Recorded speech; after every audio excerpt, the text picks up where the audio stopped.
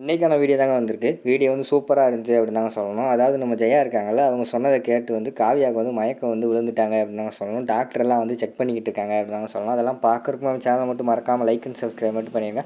First எடுத்தோடனே நம்ம ஜெயா வந்து சொல்லிக்கிட்டு இருக்கிற மாதிரி காட்டுறாங்க. எனக்கு தெரியாது, இன்னும் ஒரு 10 மாதம் உங்களுக்கு டைம் தரேன், அதுக்குள்ளே வந்து எனக்கு இந்த வீட்டில் வந்து ஒரு பேரனோ பேத்தியோ நீங்கள் 2 பேரும் பெற்று கொடுக்கணும் அப்படிங்கிற மாதிரி சொல்லிட்டு இருக்காங்க. உடனே 2 பேர் கண்களையும் நின்றுக்கிட்டே இருக்கிற மாதிரி காட்டிக்கிட்டு இருக்காங்க. வெளியில் வந்து நம்ம ராமச்சந்திரன் வந்து கௌதம் கிட்ட சொல்லிட்டு இருக்காங்க. டேய் கௌதம், நான் வரும்போதே நினச்சேன்டா, அவங்க அக்கா ஒரே ஒரு மாதிரி இருந்தா, நம்ம வீட்டில் உள்ள யாரோ தான் உங்கள் அக்கா கிட்ட வந்து போட்டு கொடுத்துருக்காங்க. அதுதான் அவள் வந்து வந்த உடனேயுமே கௌதம் சாரி இந்திராவையும் காவியாவையும் கூப்பிட்டு ஏதோ சொல்லிக்கிட்டு இருக்கா அப்படிங்கிற மாதிரி சொல்லிகிட்டு இருக்காங்க. உள்ளே நம்ம காவியா வந்து சொல்ல போகிறாங்க, அத்தை அது வந்து என்னோட குழந்தை தான் அப்படிங்கிற மாதிரி வந்து சொல்ல போகிறாங்க. ஆனால் அதுக்குள்ளே வந்து இந்திரா வந்து தடுத்துடுறாங்க. அக்கா எதுவுமே சொல்ல வேண்டாம், கொஞ்சம் அமைதியாக இரு அப்படிங்கிற மாதிரி சொல்லி தடுத்துடுறாங்க. சரின்னு சொல்லிவிட்டு அவங்களும் அமைதியாக இருந்துடுறாங்க. அடுத்து வந்து நம்ம ஜெயா பேச ஆரம்பிக்காங்க. இந்த வீட்டில் வந்து நான் வந்து இவளை ஹேமா வந்து அவங்க அம்மா வீட்டுக்கு அனுப்பி வச்சுருக்கேன். இந்த வீட்டில் வந்து எனக்கு பேர குழந்தையிலே இல்லை அப்படின்னு சொல்லிட்டு வெளியில் எல்லாருமே என்னை வந்து நாக்கு பிடுங்குற மாதிரி கேட்க ஆரம்பிச்சிடுறாங்க. உங்கள் பையங்களுக்கெல்லாம் என்ன குறை, ஏன் 4 பேருக்குமே குழந்தை இல்லை அப்படிங்கிற மாதிரி கேட்க ஆரம்பிச்சிடுறாங்க. சுபாக்கு வந்து குழந்தை பிறக்காதுன்னு தான் நினைக்கேன், அதனால தான் அவளை மதுரைக்கு வேறு அனுப்பி வச்சேன் அப்படிங்கிற மாதிரி சொல்கிறாங்க. நம்ம இந்திரா வந்து சொல்ல வராங்க, அத்தை அது இங்கே இருக்கிற டெக்னாலஜியில் வந்து அப்படிங்கிற மாதிரி சொல்ல வராங்க. நீ எனக்கு ஒன்றும் சொல்ல தேவையில்லை, நான் உனக்கு என்ன சொல்கிறேன் அதை மட்டும் நீ கேளு, எனக்கு ஒன்றும் நீ சொல்ல வேண்டாம் அப்படிங்கிற மாதிரி வாயடைச்சிடுறாங்க. அதுக்கு வந்து ஜெயா சொல்ல ஆரம்பிச்சிடுறாங்க, அவள் தான் மதுரை போய் ட்ரீட்மெண்ட் பண்ண போகிறேன் அது இதுன்னு என்கிட்ட சொல்லிக்கிட்டு இருந்தா. சரி உன் விருப்பப்படி போன்னு விட்டுட்டேன். இப்போ இருக்கிறது நீங்கள் 2 பேர் தான் இந்த வீட்டில் மருமகளாக இருக்கீங்க. எனக்கு தெரியாது, எனக்கு இந்த இன்னொரு 10 மாதம் உங்களுக்கு வந்து டைம் கொடுங்க, அதுக்குள்ளே நீங்கள் வந்து குழந்தைய பெற்று கொடுங்க. அப்படி கொடுக்கலைன்னா சரி பரவாயில்ல, நீங்கள் 2 பேரும் டைவர்ஸ் பண்ணிக்கோங்க, நான் என் மகன் 2 பேர்த்துக்கும் வேறு ஒரு கல்யாணத்தை பண்ணி வைக்க போகிறேன் அப்படிங்கிற மாதிரி சொன்னோன்னே 2 பேர் ஷாக் ஆகிடுறாங்க. அத்தை அத்தை அப்படிங்கிற மாதிரி சொல்லிக்கிட்டு இருக்காங்க. நீங்கள் ஒன்றும் சொல்ல வேண்டாம், நான் சொல்கிறது தான், என் பையங்க வந்து நான் சொன்னால் கண்டிப்பாக கேட்பாங்க சரியா, அதனால் வந்து உங்களுக்கு 10 மாதம் டைம் தரேன், அதுக்குள்ளே அதுக்கு உண்டான வேலையை பாருங்கள் அப்படிங்கிற மாதிரி சொல்லிக்கிட்டு இருக்கிற மாதிரி காட்டிக்கிட்டு இருக்காங்க. சரின்னு சொல்லிட்டு விறுவிறுன்னு காவியா வந்து அந்த இடத்துல அழுதுகிட்டே போகிற மாதிரி காட்டுறாங்க. இந்திராவுக்கும் என்ன பேசுன்னு தெரியல, அந்த இடத்துல விறுவிறுன்னு வெளியில் போயிடுறாங்க. அடுத்த ரூமுக்குள்ளே போய் காவியாவும் இந்திராவும் பேசுகிற மாதிரி காட்டிக்கிட்டு இருக்காங்க. இந்திரா இது என்னோட குழந்தை, அத்தைகிட்ட சொல்லு அப்படிங்கிற மாதிரி சொல்லிட்டு இருக்காங்க. அக்கா அது உன்னோட குழந்தை அக்கா, அமைதியாக இருக்கா அப்படிங்கிற மாதிரி சொல்கிறாங்க. என்னோட குழந்தைன்னு எனக்கு தெரியுதுல்ல, ஏன் அத்தைக்கு தெரிய மாட்டேங்குது, அத்தைகிட்ட சொல்லு அப்படிங்கிற மாதிரி சொல்லிட்டு அவங்களும் ஒரு ஸ்டேஜுக்கு அப்புறம் பார்த்தா மயக்கம் போட்டு விழுந்துடுறாங்க. வாயிலேருந்து நுரையெல்லாம் தள்ளிடுது, பெட்டிலே விழுந்துடுறாங்க. நம்ம இந்திரா வந்து அத்தை வாங்க கௌதம் வா அப்படிங்கிற மாதிரி சொல்லிட்டு கத்திக்கிட்டு இருக்காங்க. அதுக்கடுத்து அவங்க எல்லாருமே வந்துடுறாங்க. வந்தோடனையும் நம்ம காவியா வந்து ஒன்று போல் பெட்டில் படுக்க வச்சுட்டு டாக்டர் கால் பண்ணுறாங்க. டாக்டர் கொஞ்சம் நேரம் கழித்து வந்துடுறாங்க.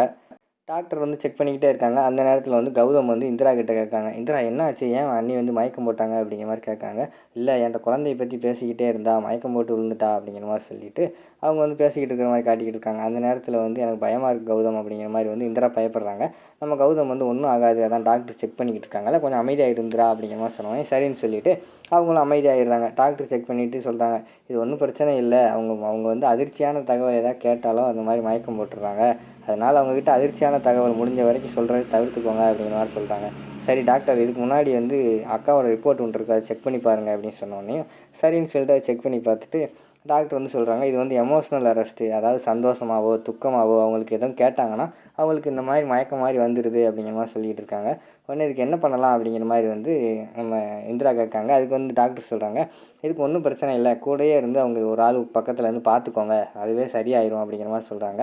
உடனே நம்ம கதிர் வந்து சொல்கிறாங்க, அப்படியெல்லாம் பார்த்துக்கிற முடியாது டாக்டர், எங்களுக்கு என்ன வேலை வெட்டி இல்லையா, நாங்களும் வேலைக்கு போக வேண்டாமா, 24 மணி நேரமும் அவள் கூடயே இருந்து பார்த்துக்கிற முடியுமா, ஏதாவது ஒரு நல்ல ஹாஸ்பிட்டல் சொல்லுங்கள், அங்கே கொண்டு போய் சேர்த்துருவோம், சரியான வீட்டுக்கு கொண்டு வாங்க அப்படிங்கிற மாதிரி வந்து கதிர் சொல்கிறாங்க. உடனே டாக்டர் வந்து சொல்லிடுறாங்க, தம்பி நீங்கள் நினைக்கிற மாதிரி இது வந்து வைத்தியத்தால் குணமாக்குறதில்ல, இது வந்து மன சம்மந்தப்பட்டது, பக்கத்தில் இருந்து சந்தோஷமாக இருந்தாலே அவங்களே சரியாயிடுவாங்க அப்படிங்கிற மாதிரி வந்து அந்த இடத்துல டாக்டர் சொல்கிற மாதிரி காட்டுறாங்க. உடனே இந்திரா வந்து சொல்கிறாங்க, டாக்டர் நான் பக்கத்துலேருந்து பார்த்துக்குறேன், எங்கள் அக்காவை நான் பார்த்துக்குறேன் அப்படிங்கிற மாதிரி சொல்கிறாங்க. உடனே அங்கனக்குள்ளே வந்து ராகினி வந்து சொல்கிறாங்க, டேய் கதிர், அதான் அவங்க தங்கச்சி அக்காவை பார்த்துக்கிறேன்னு சொல்லிட்டால, நீ வந்து வேலைக்கு போடா, அவன் வேலையை பாடுறா அப்படிங்கிற மாதிரி சொல்லிட்டு கதிர் போயிடுறாங்க. அடுத்து ராகினி போயிடுறாங்க, எல்லாருமே போயிடுறாங்க. அடுத்து வந்து நம்ம இந்திராவும் நம்ம காவியாவும் மட்டும் அந்த இடத்துல அமைதியாக இருக்கிற மாதிரி காட்டிக்கிட்டு இருக்காங்க. நம்ம இந்திராவுக்கு வந்து அவங்க அத்தை திட்டினது வந்து ஞாபகம் வருது. அதாவது நீங்கள் பிள்ளை பார்த்து கொடுங்க, இல்லைன்னா டைவர்ஸ் பண்ணுங்கள் அப்படின்னு சொன்னாங்கள்ல, அது ஞாபகம் வருது. விறுவிறுன்னு ஜெயா கிட்டே போகிறாங்க. ஜெயா கிட்டே போயிட்டு அத்தை நான் உங்ககிட்ட ஒன்று பேசணும் அப்படிங்கிற மாதிரி சொன்னாங்க. என்ன விஷயம் சொல்லு அப்படிங்கிற மாதிரி கேட்காங்க.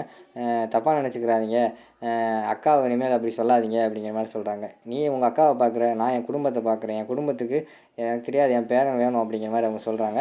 உடனே இந்திரா வந்து சொல்லிடுறாங்க, அத்தை நான் உங்களுக்கு பேரன் பெற்று கொடுக்கேன் யாராவது அப்படிங்கிற மாதிரி சொன்னோடனே, நீ எப்படி பெற்று கொடுப்ப, வீட்டில் சும்மா இருந்த இவ்வளோ நாள் இது வரைக்கும் ஒன்றும் நடக்கலை, இப்போ கலெக்டராக ஆக போகிறேன், அங்கே வேலை இருக்குது இங்கே வேலை இருக்குன்னு போயிடுவேன், வீட்டில் ஒன்றும் பார்க்க மாட்டேன் அப்படிங்கிற மாதிரி சொல்லிட்டு இருக்காங்க.